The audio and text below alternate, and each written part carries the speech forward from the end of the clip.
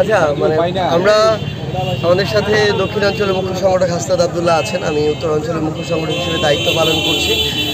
আমরা বিভিন্ন জায়গায় যাচ্ছি। এগুলো সাংগঠনিক সফর, অনেক ক্ষেত্রে সাংগঠনিক অফিসিয়ালি সফর না হলেও আমাদের যারা আমাদের নেতাকর্মী আছেন, আমাদের জন্য কাজ করছেন, তাদের সাথে কথা বলার জন্য বিভিন্ন জায়গায় যাওয়া। এরকম কিছু ক্ষেত্রে হয় আমাদের রাজনৈতিকভাবে প্রোগ্রাম থাকে, আবার কিছু ক্ষেত্রে আমাদের সংগঠক যারা 5 জন 10 জন তাদের সাথেও আমাদের বসতে হয়। তো সেই জায়গা থেকেই আসলে আজকে পঞ্চগড়ে আমরা এখানে আছি। এরপরে উত্তরাঞ্চলের আরও কয়েকটি জেলা আমরা যাব।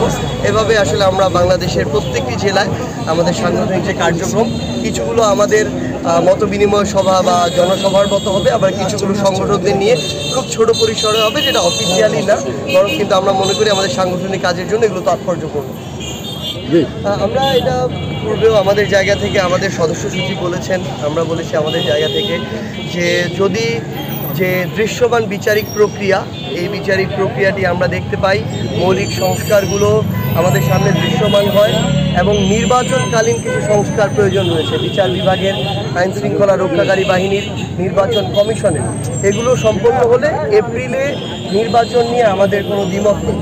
কিন্তু তার পূর্বে এই নির্বাচনকালীন সংস্কারগুলো নিশ্চিত করতে হবে, বিচারগুলো দৃশ্যমান বিচারিক প্রক্রিয়াটি নিশ্চিত করতে হবে, মৌলিক সংস্কারের দৃশ্যমান অবস্থা আমরা দেখতে চাই। এবং সবচেয়ে গুরুত্বপূর্ণ হচ্ছে বাংলাদেশের রাজনীতিতে আমরা সবসময় দেখে এসেছি যে নির্বাচনকালীন সময় ক্ষমতার অপব্যবহার করা হয়, কালো টাকার পেশি শক্তির অপব্যবহার করা হয়। আমরা এই অভ্যুত্থান পরবর্তী বাংলাদেশের এই নির্বাচনে আমরা লেভেল প্লেয়িং একটি ফিল্ড দেখতে চাই, যেখানে ছোট দল হোক বড় দল হোক সবাই তাদের জায়গা থেকে স্বচ্ছ এবং এই সুষ্ঠু একটি নির্বাচনে একদম স্বয়ংক্রিয় এবং স্বয়ংসম্পূর্ণভাবে এই নির্বাচনগুলোতে তারা অংশগ্রহণ করতে পারবে। এবং তারা যারা তুলনামূলক এখানে বিভিন্ন ধরনের সবার পেশি শক্তির কথাই বলি আর অন্য যাই বলুন না কেন, রাজনৈতিক শক্তি সাংগঠনিক শক্তি সমান নয়, কেউ যেন কারো দ্বারা এখানে ক্ষমতার অপব্যবহারের শিকার না হয়।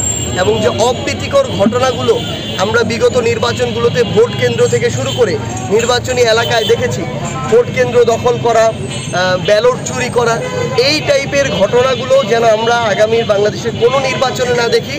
সেই ক্ষেত্রে এই অন্তর্বর্তীকালীন সরকারকে ততটুকু পেশাদারিত্বের পরিচয় দিতে হবে আইন শৃঙ্খলা রক্ষাকারী বাহিনীর মাধ্যমে, নির্বাচন কমিশনের মাধ্যমে এবং বিচার বিভাগের মাধ্যমে। এই সামগ্রিক প্রক্রিয়াগুলো যদি একটি সুন্দর পর্যায়ে পৌঁছায় তাহলে এপ্রিলে নির্বাচনে আমাদের জায়গা থেকে দ্বিমত থাকবে না।